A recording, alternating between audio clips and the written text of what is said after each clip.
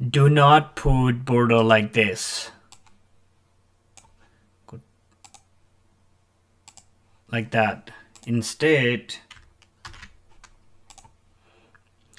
you select the column, go to conditional formatting, new rule, use a formula to determine which cell to format. Click on there, click on the format value where this formula is true, click the cell, hit F4 two times, and then less than and equal, and then inverted comma, and go to format and click on outline, hit OK and OK.